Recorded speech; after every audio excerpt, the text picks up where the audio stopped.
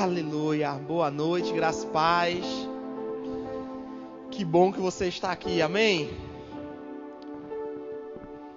Mais uma vez, eu só posso agradecer ao louvor por músicas tão inspiradas e tão alinhadas com o que vamos falar nessa noite, amém? Eu quero que você já vá abrindo comigo em Atos 24. Nós lemos esse texto na quinta-feira e esse texto ficou muito forte no meu coração e vamos começar por ele. Atos 24. Aleluia. Atos 24, eu considero, um grande resumo do Evangelho.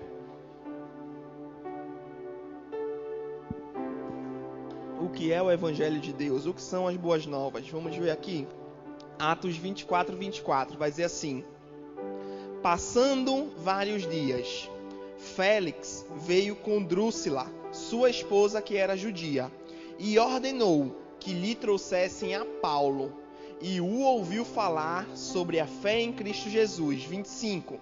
Quando Paulo começou a pregar sobre a justiça, sobre o domínio próprio e sobre o juízo vindouro, Félix ficou apavorado e exclamou: basta por agora.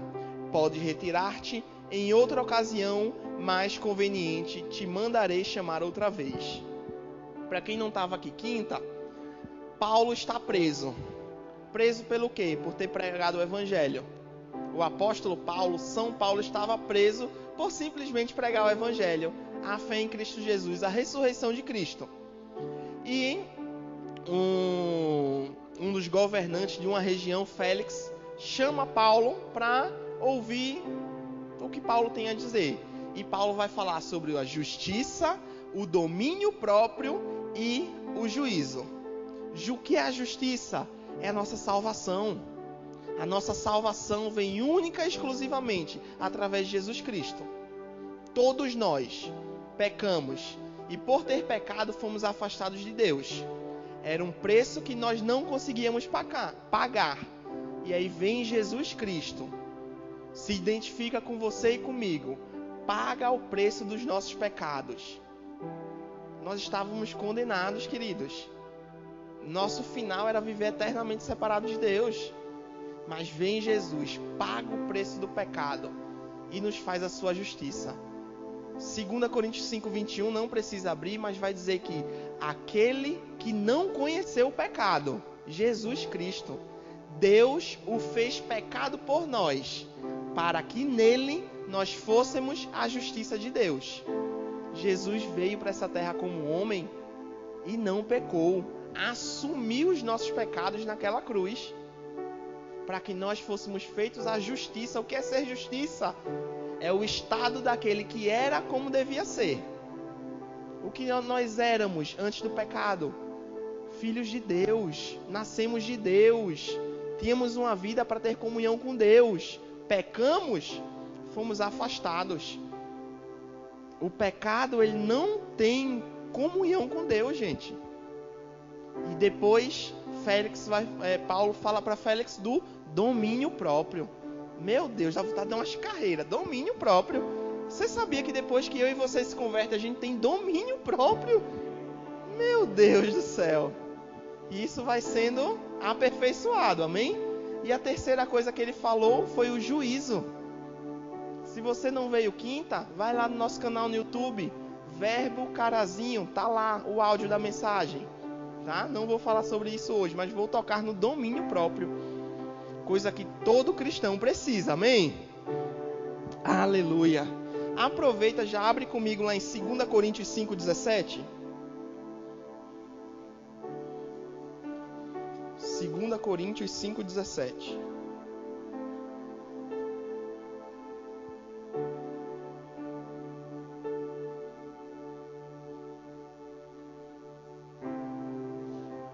Segunda Coríntios 5:17 vai dizer assim: portanto, se alguém está em Cristo, é nova criação.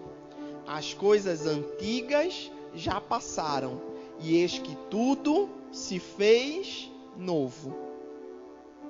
eu e você nascemos de novo, confessamos Jesus como Senhor das nossas vidas, por fora continuamos da mesma forma.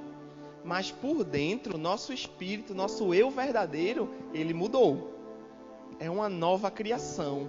Uma criação com o DNA de Deus. E nesse DNA tem lá escrito domínio próprio. Aleluia. Domínio próprio para quê? Primeiro, para parar de pecar. Porque todo aquele que nasce de Deus não é mais escravo do pecado. Ei, quando a gente estava, antes de conhecer a Jesus, a gente podia até querer parar, querer muito parar de fazer algumas coisas. Passava até alguns dias, meses, semanas, alguns até conseguiam um ano. Mas depois dava uma escorregada. E voltava a fazer as mesmas coisas. Nascemos de novo, Deus diz, ei, não precisa mais ser assim. Volta teus olhos para Ele, para a sua palavra, e vamos receber aquilo que precisamos. Aleluia. A segunda coisa, para fazer o que a palavra diz que somos capazes. Eu não sei você, mas se formos ler a palavra de Deus, vai ter tanta coisa que Ele vai dizer para a gente fazer, que a gente vai olhar para a gente mesmo e dizer assim, não é possível. Como é que eu vou fazer isso? Ei, se nasceu de novo, tem a capacitação do Espírito Santo dentro de você. E eu e você podemos. Podemos. Amém? Não existe evangelho sem mudança, gente. Não existe. Se pregaram para você que você nasceria de novo, entregaria a vida para Jesus e nada mudaria em você, essa pessoa mentiu. Mas o que acontece é uma mudança de dentro para fora. É uma mudança que quanto mais eu me aproximo de Deus, mais eu vou ficar parecido com Ele. Mais eu vou compreendendo as coisas dele. Não é uma mudança forçada, não. Porque quem sabe aqui que forçado nada vai? Vai até um certo período, mas depois não vai. É uma mudança de dentro para fora. Isso precisa estar claro nos nossos corações. A nossa mudança, quando nascemos de novo, é de dentro para fora, é gradual. Aleluia. Se não nos adequamos à sua palavra, não estamos vivendo o evangelho. Curto e grosso. E eu quero que você abra comigo em João 14, 21. Abre lá comigo, João 14, 21. A gente leu esse texto, eu não lembro qual domingo, mas alguns domingos atrás. Estou fazendo uma base aqui, tá? Para a gente entrar na mensagem. João 14, 21.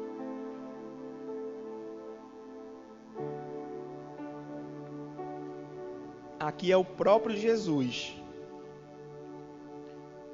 Quando já estava próximo de morrer, ele vai dizer para os seus discípulos, para todos aqueles que creem nele: aquele que tem os meus mandamentos e obedece a eles, esse é o que me ama.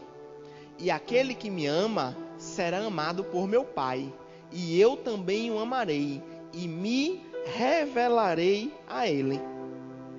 Quando eu falei desse texto alguns domingos atrás, sobre a nossa necessidade de expressar amor por Deus, eu usei o exemplo de alguém apaixonado. Uma pessoa está apaixonada por outra e fala palavras de amor, fala coisas maravilhosas. Mas se essa pessoa não comprova suas palavras com ações, serão palavras vazias. E provavelmente aquele que recebeu as palavras não vai acreditar nesse amor. Pode acontecer que quem falou, mas não fez, ame. Só não entendeu que tem que mudar a atitude. E o próprio Deus está falando para a gente: ei, se vocês me amam, não só falem não, façam. Obedeçam aquilo que eu falei. Porque falar é muito fácil, gente. A gente fala, eu amo a Deus, eu amo a Deus, eu amo a Deus. Mas a gente prova o nosso amor a Deus através de obedecer a sua palavra. E como eu obedeço a palavra sem ler? Eita! Tem que ler. Se se Deus deixou sua vontade escrita pra gente, é porque Ele queria que a gente lesse. Se você for pesquisar um pouco sobre os milagres que foram para que essa palavra tivesse hoje para mim e para você, queridos, eu não sei você, pode ser que você pense dessa forma. Eu, durante muito tempo, pensava assim, palavras de Deus, palavras, isso aqui é coisa de homem, rapaz. Isso aqui é coisa inventada de homem para manipular os outros. Até na escola eu lembro que um professor de história falava isso e é isso mesmo. Não, é a palavra de Deus, mas foi escrita por homens. Me diz, se fosse escrita por um cachorro, quem entendia? Por um macaco. Foi escrita por homens inspirados por Deus. E deixa eu dizer uma coisa, os apóstolos, aqueles que tiveram ali próximos de Jesus, eles morreram, foram decapitados, foram crucificados, sofreram para que isso chegasse até nós. E você vem me dizer que eles estavam manipulando para ganhar, para barganhar? Outra coisa que eu pensava, não, mas eu escutei isso durante muito tempo e na idade das trevas, a Igreja Católica ela possuía todos os originais da Bíblia e ela manipulou da forma que ela queria. Queridos, isso é a maior mentira que existe. Pesquisa sobre os manuscritos do Mar Morto, para você ver. Manuscritos achados. Se eu não me engano, 1500, 1700. Achados, manuscritos, arqueólogos sérios acharam manuscritos. Que muita coisa do que a gente tem na Bíblia hoje tinha lá escrito há centenas de anos atrás. Outra coisa, o Novo Testamento, que a gente lê as cartas de Paulo, por exemplo. Paulo escrevia a carta, ou tinha Lucas que escrevia para ele e enviava para a igreja. Quando aquela igreja recebia, o que eles tinham era só aquilo. O que é que eles começavam a fazer? Começavam a copiar. E aquilo ali foi tendo cópias e cópias e cópias e cópias e cópias. E os arqueólogos até hoje acham essas cópias, atestando a veracidade da palavra. Você quer ir um pouquinho mais fundo? Tem um filme, mas melhor ainda é o livro, chamado Em Defesa de Cristo, onde um homem ateu, a esposa dele se converte, isso é baseado em fatos reais, esse homem está vivo até hoje, foi ele que escreveu esse livro, ele é ateu convicto, a esposa se converte, ele quase pira, e ele vai provar para ela, vai pesquisar, vai atrás de médicos, arqueólogos, historiadores, provar para ela que a Bíblia era uma mentira, e esse homem se converte, hoje ele é um pastor.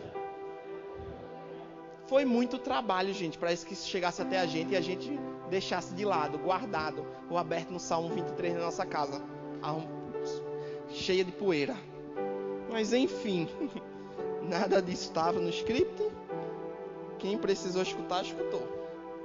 E vamos lá.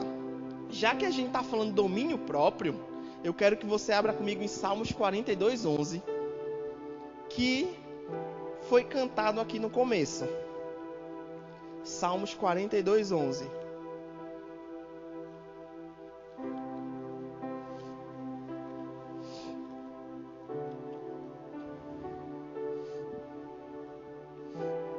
Vamos ler na 42:6.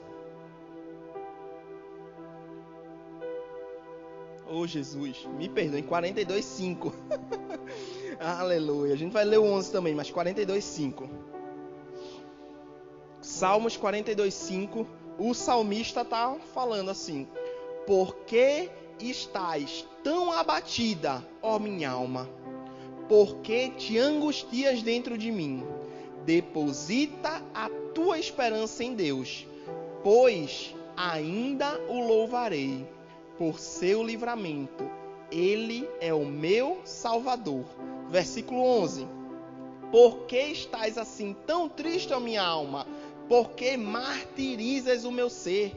Põe tua esperança em Deus, porquanto ainda o louvarei por tua presença salvadora, ó meu Deus. O que é que o salmista estava fazendo? Exercendo o domínio próprio. A alma dele, o pensamento dele estava abatido, angustiado. E o que foi que ele faz? Ele fala com ele mesmo, gente. Diz assim: por que está tão abatida o pensamento? Cabeça, cocão. por que tá tão abatido? Eu às vezes falo cocão com meu filho, minha esposa pega um ar, mas eu falo. Mas está dizendo, por que tá tão abatido? Ei, ponha sua esperança em Deus. Em Deus. Não são em coisas, em pessoas, mas é em Deus. O salmista estava exercendo domínio próprio. E eu e você precisamos. Porque nossa mente vai vagar, vai pensar, vai... Mas ela só pode ir por um momento, gente. A gente logo tem que dizer, opa, vem cá. Vem cá, deixa eu dizer para tu o que está acontecendo. Deixa eu dizer para tu quem é meu Deus. Falando pra gente mesmo. A gente é bom para falar para os outros, não? Mas a gente precisa falar pra gente primeiro. Aleluia. E Filipenses 4:4, abre comigo. E agora a gente vai entrar no tema da mensagem. A gente está falando de domínio próprio, amém? Filipenses 4:4.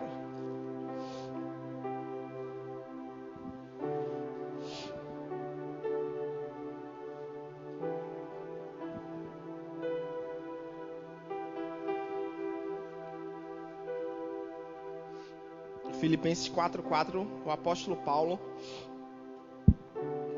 ele vai dizer o seguinte: alegrai-vos sempre no Senhor, e novamente vos afirmo, alegrai-vos.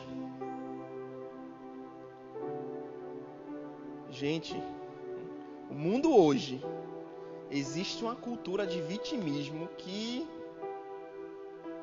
me dá nos nervos. Vou fazer que nem o Lu ali, arrancar o pedaço do dedo mordendo. Brincadeira, não foi isso não. Foi só uma brincadeira. Mas o que é que essa cultura faz? Nós nos desprezamos. Nós nos colocamos lá embaixo. Nós esquecemos quem é nosso Deus. Nós reclamamos e pomos a culpa no outro. Enquanto Deus está falando, ei, se alegre sempre. E sabe uma coisa que eu descobri? No mundo, antes de me converter, eu achava que a alegria estava condicionada a ter algo, a fazer algo, a conquistar algo. Minha alegria estava condicionada às coisas lá fora, as coisas de fora para dentro. Isso é uma deturpação do diabo. Porque se Deus nos dá sua alegria, Ele nos deu a sua alegria. Ele nos deu. Está condicionada a Ele, a quem Ele é, o que Ele fez, o seu amor. Então por isso que o salmista pode dizer, alegrem-se sempre. E às vezes a gente lê um texto desse e pensa, mas não sabe o que eu estou passando. Deixa eu te dizer o que Paulo estava passando quando escreveu isso. Preso, foi açoitado várias vezes com vara e imagina pegar uma varona de bambu, não sei se era bambu, mas imagina uma varona de bambu e nas costas. Dale, mas dale. Fustigar os pés, penduravam os presos, o Império Romano era assim, pendurava os presos pela mão e batia com a vara nos pés, até quebrar os ossos, gente. Naufragou, foi apedrejado, chicoteado, teve que descer de uma muralha pelo um cesto para não ser morto. Quando a gente falou ali aquela passagem de Atos 24 para Félix, Paulo fez um milagre. Uma mulher que estava endemoniada foi liberta do demônio. E pegaram Paulo e meteram o cacete nele, bateram mesmo, rasgaram as roupas dele. E esse homem vem dizer pra gente que é pra gente se alegrar sempre. Aí eu olho pra tudo que isso que ele passou e eu penso, meu Deus, às vezes eu tô passando por umas coisas, parece que é tão grande, mas não passei nem 10% disso. E um homem que passou isso pode dizer pra gente se alegrar, gente.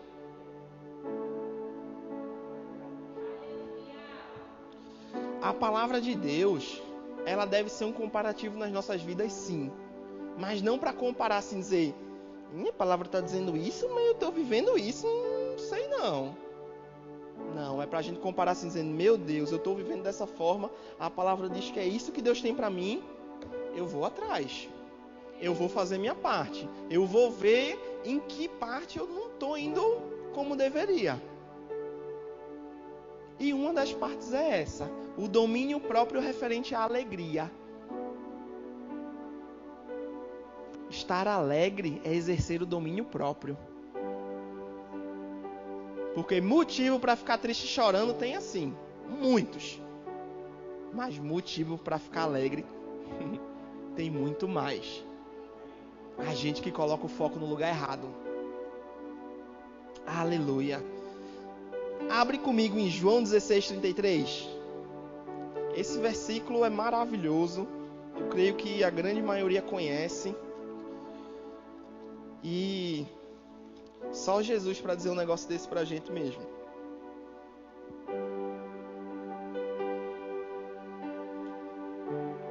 Aqui Jesus estava a horas de ser preso, horas de ser crucificado. E ele sabia que ia passar por isso. Horas antes, sabendo que ia ser crucificado, ele vai dizer pra gente, João 16:33, eu vos preveni sobre estes acontecimentos, para que em mim tenhais paz. Neste mundo sofrereis tribulações, sofrereis aflições, mas tende bom ânimo, ou fé e coragem. Eu venci o mundo. Peraí, Jesus está dizendo, eu vou dizer uma coisa para que vocês tenham paz. Vocês vão ter aflições. Onde encaixa isso aí? Eu fiquei pensando muito sobre isso, dizendo, pai, como assim? Tu diz que é pra gente... Eu vou falar uma coisa para que vocês tenham paz. Ganharam na Mega Sena, aleluia. Não. Vão sofrer aflições. Mas como é que a gente tem paz nisso? Eles sabendo que a gente ia passar por aflições. Ei, vocês vão passar por aflições, mas vocês vão ter paz em mim. Quando? Quando se alegrarem. Quando se alegrarem em quê? Na minha vitória. Sabendo que tudo isso que vai vir contra vocês é passageiro, mas o que eu conquistei é eterno. Aleluia. Eu li num livro esses dias um exemplo que eu achei maravilhoso. Um pastor dizendo que foi para Disney e ele disse que uma viagem para Disney é muito cara, mesmo ele sendo americano, morando nos Estados Unidos, é muito cara. E uma cena chamou a atenção dele. Ele viu uma criancinha chorando, gritando, muito braba porque algo não tinha acontecido como ela queria lá na Disney. E aquela mãe dizendo para ela assim, pare agora de chorar, pois eu paguei um preço muito caro para que você viesse para aqui se divertir. Então se divirta. E aquela criança engoliu o choro assim e foi brincar, se divertiu. E aí, meu Deus do céu, qual foi o preço que foi pago para a gente ser livre do pecado? Um preço de sangue. Você acha mesmo que Jesus veio para essa terra morrer no nosso lugar, sofrer uma das piores mortes que existe, para que a gente fique assim, não aconteceu do jeito que eu quis, Deus não está vendo. Gente, o que ele já fez pela gente? Você acha que ele não está vendo o que a gente está passando? Às vezes falta ajustar o foco. Aleluia. Aleluia. Domínio próprio é trazer à nossa memória aquilo que dá esperança. Eu lembrei de outro exemplo há um bom tempo atrás, tá? Eu fazia jiu-jitsu e eu participei de um campeonato. E teve uma luta, quem já fez, quem não fez, tem um movimento no campeonato chamado bate-estaca que não pode. Eu estava ajoelhado, eu estava deitado, com as pernas entrelaçadas pela pessoa, a pessoa me levantou e bateu. Doeu. Sabe o que foi engraçado? Aquele é um movimento que não pode em campeonato. e aquela pessoa foi desclassificada. Eu ganhei a luta e passei, mas eu fiquei com uma dor de cabeça. Mas sabe que a dor foi passageira? E eu tinha duas escolhas. Uma, ficar atento, focado no golpe errado que levei e a dor que estava sentindo, ou ficar atento na vitória que eu tinha ganho. Ficar atento numa dor que ia passar ou na vitória que ficou. Qual tem sido o nosso foco? Qual tem sido?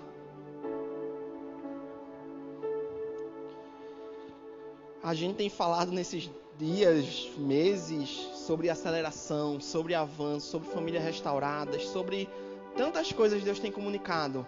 Mas isso não quer dizer que a gente vai sair daquela porta e vai estar tudo bem, não, gente. O que a gente ministra aqui, o que eu, o Rob, minha esposa e tantos outros ministram aqui, é para que a gente saiba o que fazer na hora da dificuldade. Como Jesus que falou: ei, no mundo vocês vão ter aflição, mas tenham bom ânimo. Ajam dessa forma. A gente precisa agarrar o que tem escutado e praticar. Praticar. Parar de olhar para as partes negativas, que às vezes são poucas. Tem muita coisa boa e a gente deixa passar. E aí, o Deus que nos manda ficar alegre, a gente está indo contra Ele e ficando triste. Vai contra Ele e ficando cabisbaixo. Abre comigo em 2 Coríntios 4. 2 Coríntios 4.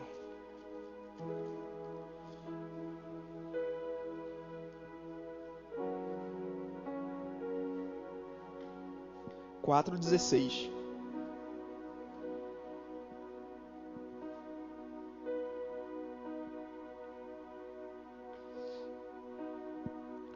Segunda Coríntios 4:16. Portanto, não desanimamos, ainda que o nosso exterior esteja se desgastando, o nosso interior está em plena renovação, dia após dia. Pois as nossas aflições, leves e passageiras, estão produzindo para nós uma glória incomparável de valor eterno. Sendo assim, fixamos nossos olhos não naquilo que se pode enxergar, mas nos elementos que não são vistos, pois os visíveis são temporais, ao passo que os que não se veem são eternos. Lembrando, quem escreveu isso foi o apóstolo Paulo, aquele que a gente ouviu falar tudo que ele passou. E eu quero ler em algumas versões diferentes para você o versículo 17, que fala as nossas aflições leves. Na Bíblia CNBB vai dizer a insignificância da tribulação momentânea. Botou a tribulação no lugar certo. Insignificante e momentâneo. Outra Bíblia diz momentânea e ligeira. Cada um de nós sabe por experiência própria que um momento difícil, na hora, parece que o mundo acabou. Mas passa. A versão LTT vai dizer a momentânea leveza da minha aflição. E a versão fácil de ler, dificuldades são pequenas e passageiras em comparação àquilo que está proposto. Tem uma frase que eu acho maravilhosa, que diz assim: o tamanho do nosso problema vai ser inversamente proporcional ao tamanho do nosso Deus. Se o problema está aqui, da minha mão para o chão, é porque Deus está bem pequenininho. Não o Deus pequenininho, mas nossa visão de quem é Deus, a gente está vendo ele desse tamanho.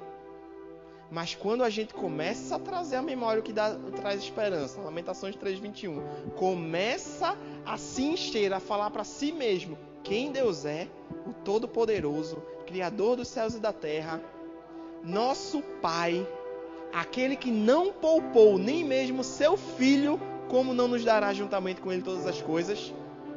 Deus começa a crescer. E se a gente comparar o problema com Deus, trazendo à memória quem Deus é, a gente vai dizer, esse problema aí, isso aí estava me afligindo.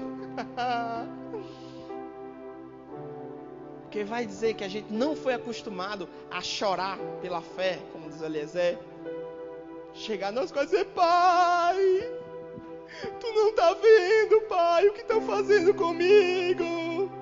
E Deus lá de cima dizendo, estou vendo, filho, mas deixa eu te mostrar o que eu estou fazendo para te livrar. Deixa eu te mostrar o que eu estou vendo. Se alegra aí, ó, com isso que você vai ver. A Bíblia fala várias vezes que o meu justo, ele viverá pela fé. Eu e você viveremos pela fé. E viver pela fé como uma mulher grávida. Tá lá, ó, gerando filho ali dentro. Durante alguns meses, o maridão nem vê nada, nem consegue aproveitar direito, porque não tá vendo. A mulher tá sentindo tudo por dentro, mas o homem não. Mas algo está acontecendo. Algo está acontecendo e logo vem a luz. Eu falei ontem na reunião de liderança um exemplo. Muitas coisas na vida da gente, muitas das promessas de Deus, é como aquele saquinho de pipoca que a gente coloca no micro-ondas. Coloca lá 2 minutos e 40. Passou 1 minuto, nada. Passou 2 minutos, nada. Com 2 minutos, se a gente abrir e tirar, vai acontecer alguma coisa? Não, mas se a gente deixa o tempo certo, começa a estourar, começa a vir a luz. E o Mark Hanks, usando esse exemplo, ele fala que uma certa vez ele colocou a pipoca no micro-ondas, colocou lá os 2 minutos e 40 e play. Deu tempo, não estourou a pipoca, ele ficou, ué, o que aconteceu? Aí ele atinou, fez Tina, a esposa dele, Tina, você mexeu na configuração do micro-ondas? Ela fez sim, eu coloquei para descongelar. Ele fez o tempo até estava certo, mas a configuração estava errada. Sabe qual é a configuração errada? Reclamação, murmuração, esquecer quem é Deus. Mas como ele fala nesse exemplo, ele alterou a configuração. Dizer, meu Deus é bom. Quantas coisas o Senhor fez para mim. É mudar a configuração e as coisas começam a acontecer, gente. Meu Deus do céu. Meu Deus do céu. Eu vou ler o versículo 18 na versão CNBB, que diz assim: isso acontece, isso o quê? A renovação interior, o não desanimar, o grande volume de glória eterna sendo creditado na nossa conta, isso acontece porque miramos as coisas invisíveis e não as visíveis. Pois o que é visível é passageiro, mas o que é invisível é eterno. A versão fácil de ler faz: não nos concentramos no que é passageiro. Não nos concentramos. Não fique se concentrando no problema, não, crente. Exerça o domínio próprio. Diga para sua alma, diga para sua mente: não vou ficar pensando nisso. Eu tenho um Deus poderoso. Esses dias eu estava dizendo para minha esposa, glória a Deus, nosso vizinho abençoado de lá estava com um cachorrinho pequeno de madrugada. O cachorrinho estava quase que na janela do quarto do meu filho, aí você já sabe, né, como foi a noite. O cachorrinho chorando o tempo todo, Benjamin se acordando o tempo todo e vindo para a cama da gente. Mas eu tive uma percepção que eu não tinha tido ainda. Não sei você, mas se eu tenho sonos picados, assim, acordo, não durmo direito, geralmente minha cabeça fica doendo. E nesse dia, acho que a 4ª vez que Benjamin veio para a cama da gente, eu já estava atordoado, sem conseguir dormir direito, e me veio aquele pensamento longe assim, dizendo assim, ó: eu estou com dor de cabeça, meu Deus, não aguento mais isso. Me veio o pensamento, só que na hora eu percebi assim, como uma flecha vindo: meu Deus, estou com dor de cabeça, não aguento mais isso. Na hora eu percebi assim, Não estou com dor de cabeça. E não vou falar que estou com dor de cabeça. Não vou deixar o pensamento me dominar. E fiquei caladinho lá. Isso aconteceu mais umas 3 ou 4 vezes. Aleluia. Foi uma noite de sono maravilhosa. Quem tem filho pequeno sabe. Ou quem já teve. Mas toda hora vinha aquele pensamento assim: você está com muita dor de cabeça. Na verdade não é você está com muita dor de cabeça, eu estou com muita dor de cabeça. E na hora que eu percebi aquilo vindo, eu dizia: não estou com dor de cabeça. E era a mesma coisa, do jeito que vinha, ia. Do jeito que vinha, ia. Domínio próprio, gente. E é nas coisas básicas. Não é porque eu sou pastor, não. É porque eu sou cristão, filho de Deus. Aleluia. Abre comigo em Hebreus 12:2.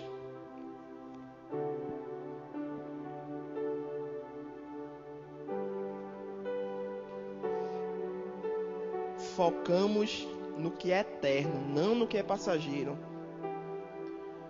Focamos naquilo que Deus tem falado sobre nossa casa, naquilo que Deus tem escrito sobre nossa saúde, sobre nossos filhos. Focamos e falamos isso. Não muitas vezes o que vemos. Hoje pela manhã, eram umas 7 e pouco, eu fui para Ibirubá com minha esposa, uma tia dela muito querida faleceu. A gente foi lá pro velório dela e meu filho acordou muito cedo. E quem sabe aqui quando criança não dorme bem, fica uma joia.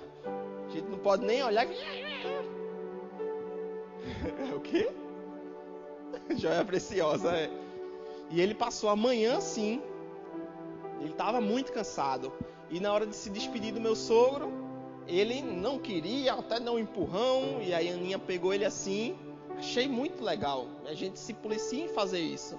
Pegou ele assim e disse assim: Benjamin, você é querido, Benjamin. Lembra o que você é? Você é querido.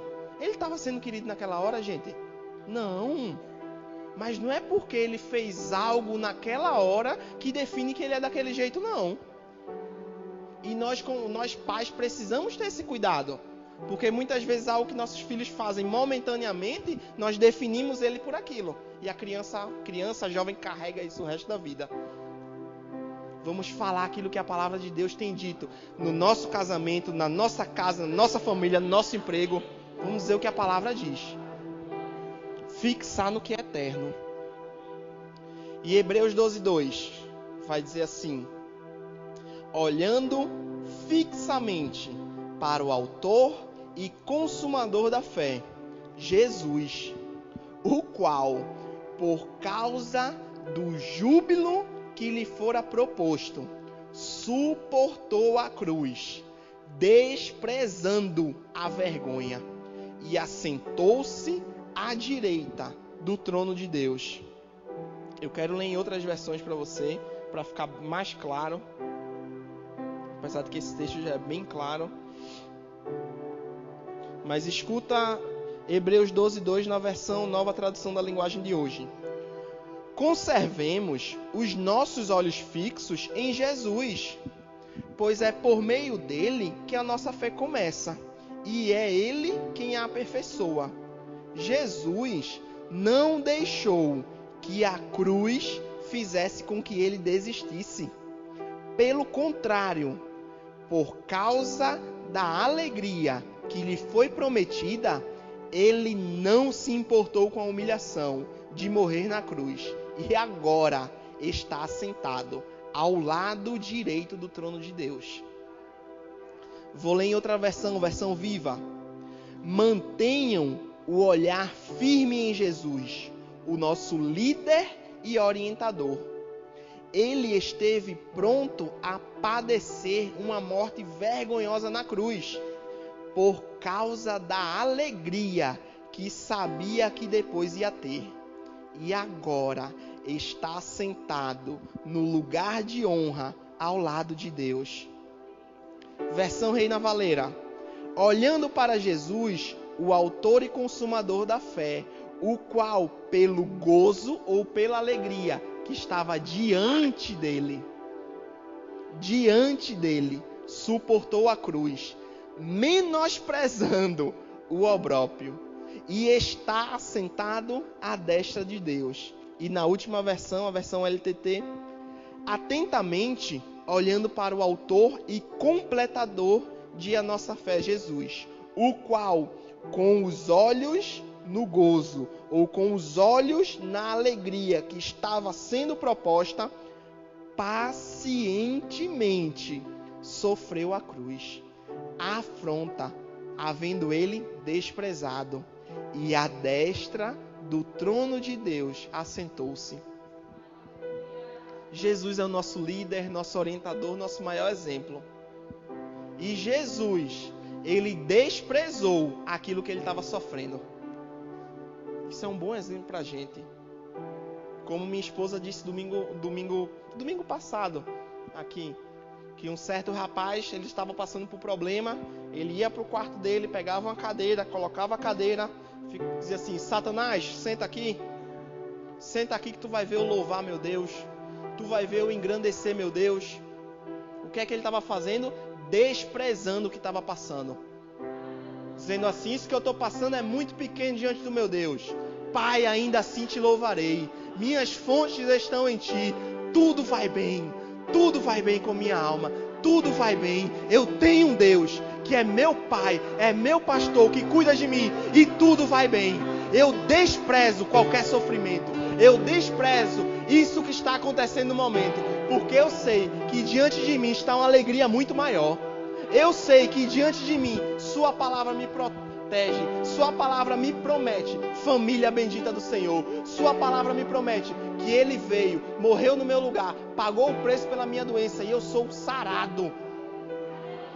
Sua palavra me promete que meus filhos são herança bendita do Senhor. Pode estar dizendo o que for, Satanás, mas eu fico com o que a palavra diz. Obrigado, Pai.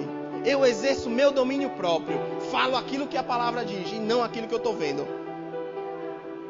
Por causa de um gozo, por causa de uma alegria, por causa de um júbilo que está proposto, que está diante de nós, que está logo ali na esquina. E a gente não pode ser aqueles que desistem, não. A gente não pode ser aqueles que chutam o balde, chutam o pau da barraca e diz desisto. Não. Não. O que a gente tem focado? Vamos focar no que ele tem pra gente. Vamos fazer como Filipenses 4 diz: alegre-se no Senhor. Ah, mas estou passando por cada coisa. Eu também já passei por cada coisa, gente. Como eu falei para vocês já alguma vez, acho que muitos aqui não escutaram. O dia que eu cheguei aqui em Carazinho, a balança, Lu, presta atenção no culto, rapaz. Luciano, todo mundo viu, tô de lado. A balança do carro que quebrou naquele dia, a balança do Chevette quebrou. Aconteceram tantas outras coisas. E o primeiro dia meu aqui em Caxias veio um turbilhão, aqui em Caxias, misericórdia, aqui em Carazinho. Primeiro dia aqui em Carazinho veio um turbilhão de coisa assim, ó, dizendo que não vai dar, que tá faltando, que não dá. E eu lembro como se fosse hoje, eu pegando uma parte do móvel e subindo a rampinha aqui do lado, fazendo assim, ó. Ha, ha, ha. Vontade de chorar, de torar. E ha, ha, ha. Ha, ha, ha. Dizendo ha, ha, ha, eu tava dizendo o quê? Meu Deus é grandioso. Essa circunstância é passageira.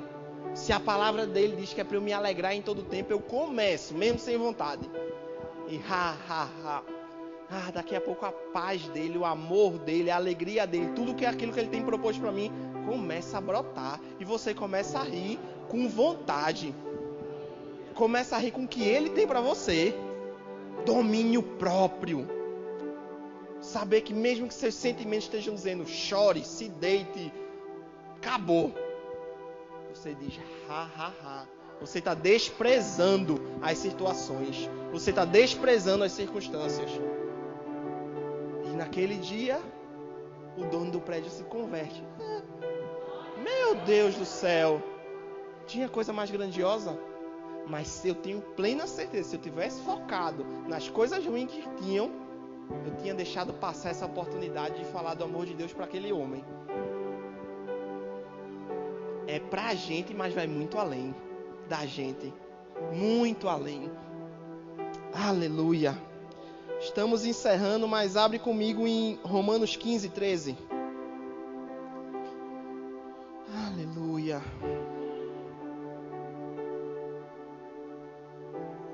Romanos 15:13.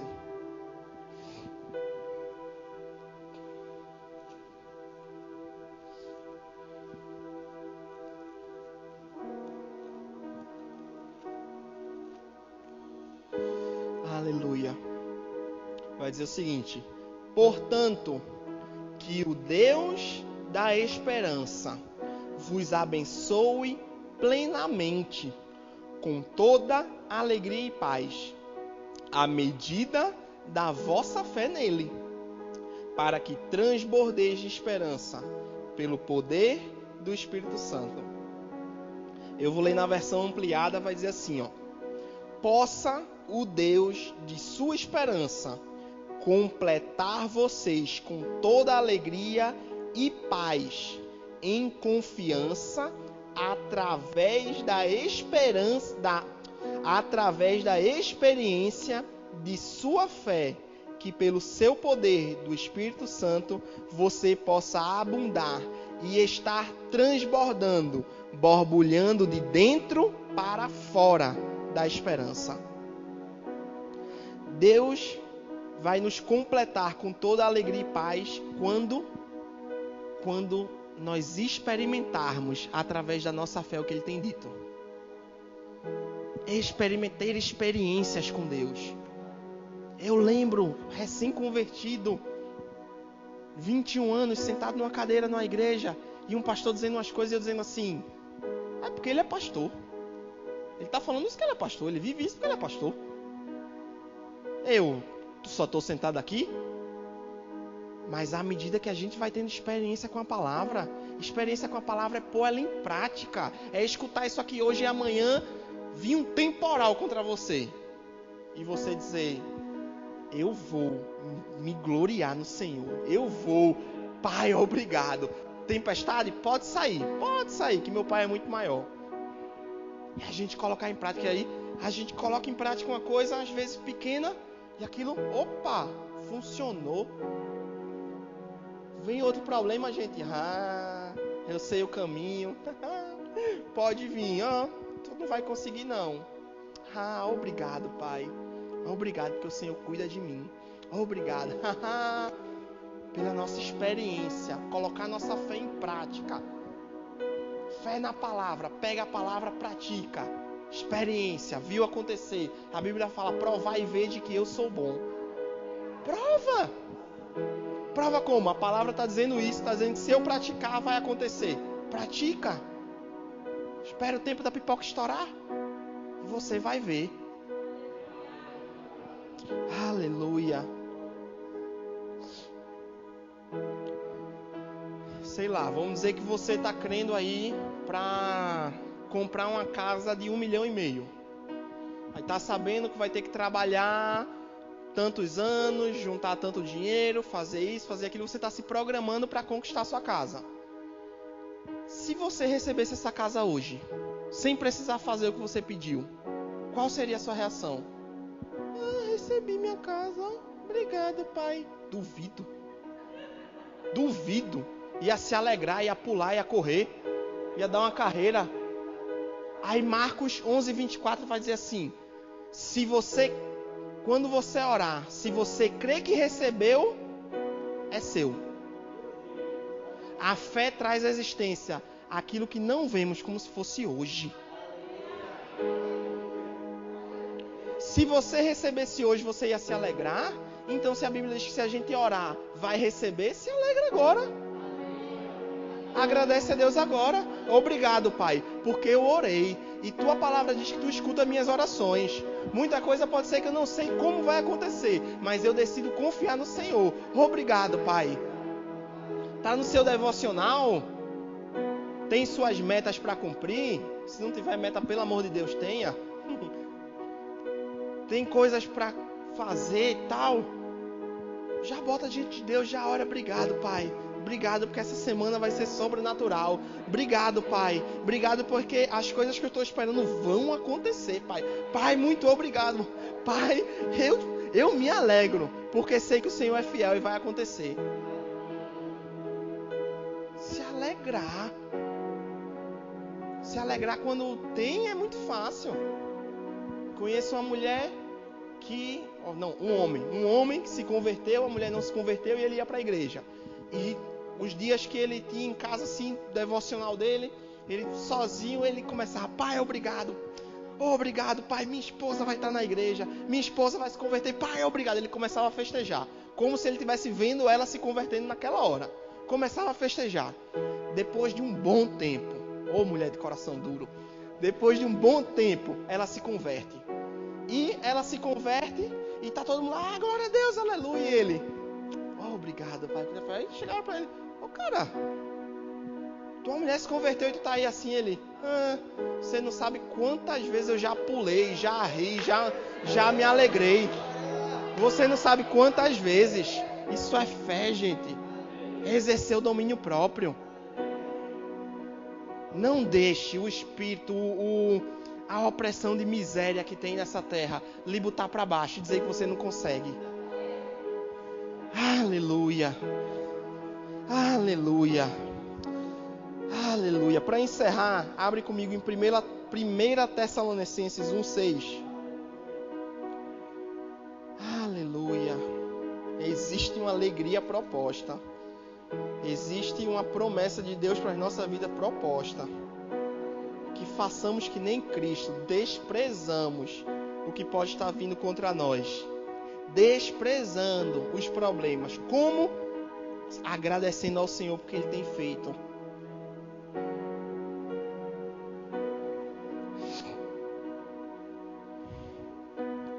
Primeira Tessalonicenses. Isso aqui é Paulo escrevendo para uma das igrejas mais efetivas que tiveram na época lá de Paulo, da primeira igreja cristã.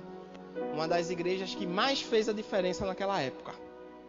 Como quando eu falei da expressão do amor aqui alguns domingos atrás, existia a igreja de Corinto, uma igreja muito rica, uma igreja que tinha muitos dons, mas uma igreja que tinha muita coisa para ajustar. Tem a igreja de Tessalônica, é uma igreja que, muito diferente de Corinto, não tinha muito dinheiro, mas foi uma igreja que fez a diferença na região. 1 Tessalonicenses 1:6. De fato, vos tornastes nossos discípulos e do Senhor, pois, apesar de muito sofrimento, recebestes a palavra com alegria que vem do Espírito Santo. Uma igreja com muito problema lá fora, uma igreja com os cristãos sendo perseguidos, afligidos, presos, passando por dificuldades. Mas a Bíblia diz que eles, apesar de tudo que estavam passando, receberam a palavra com alegria. Por que receberam a palavra com alegria? Porque entenderam o poder que a palavra tinha de os salvar, de mudar a sua situação. Então eles receberam. É isso. Lá fora está tudo caindo, mas aqui dentro a alegria. Eu vou expressar essa alegria. E vamos ver o resultado dessa igreja. Versículo 7.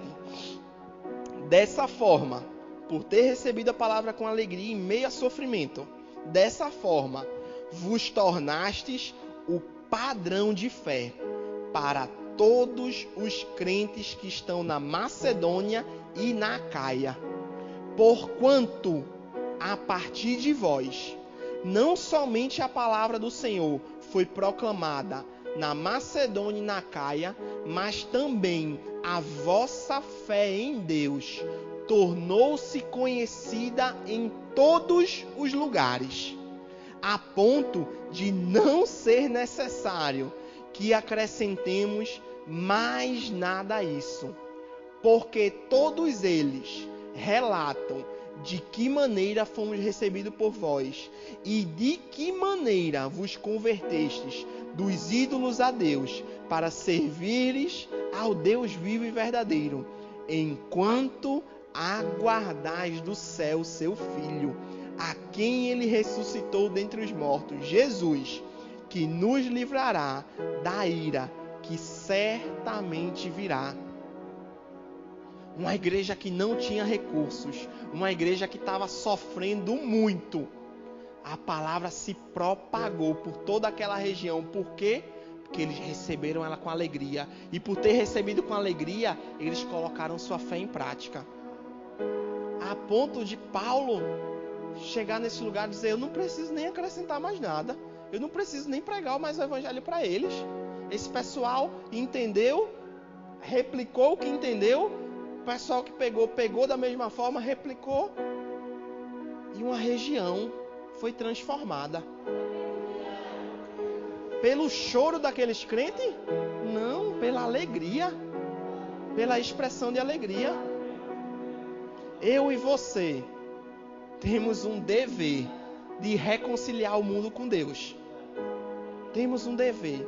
E sabe qual vai ser uma das maiores formas disso acontecer? Um dos maiores evangelismos é o pessoal ver através de nossas vidas a pressão saindo alegria, a pressão saindo um sorriso, a pressão vindo e a gente dizendo: haha, tô tranquilo. Como assim? Tá louco? Não, tô louco não, tenho Deus. Tenho um pai que cuida de mim. Pula para o capítulo 5, versículo 6 do próprio Tessalonicenses, para ver como Paulo está acabando essa carta. O que é que ele vai falar para a igreja de Tessalônica? 1 Tessalonicenses 5, 6.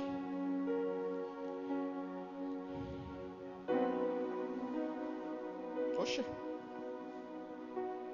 5,16. Desculpa. 1 Tessalonicenses 5,16. Conservai permanentemente a vossa alegria. Era uma igreja alegre. Eles já tinham testemunhado a sua alegria. Mas o que é que Paulo fala para ele? Ei, essa alegria que vocês têm hoje, conservem plenamente. Não percam nenhuma partezinha dela. Pois o mundo vai tentar tirar, os problemas vão tentar tirar, mas conserve sua alegria plenamente. Domínio próprio, para conseguir conservar a alegria plenamente. No meio da pressão do problema, conservando a alegria. Sangue dando na canela, você dizendo: eu continuo crendo no meu Deus. Ele não muda. Ele é o mesmo, ontem, hoje e eternamente. Fique de pé. O apóstolo Paulo, certa vez ele orando, ele pedindo para que Deus o livrasse de um mal, Deus disse: Paulo, a minha graça te basta, pois o meu poder se aperfeiçoa na sua fraqueza, ou se aperfeiçoa na sua... Poxa, me fugiu a palavra. Se aperfeiçoa na sua limitação. Como é que a gente pode se alegrar e rir no meio do problema?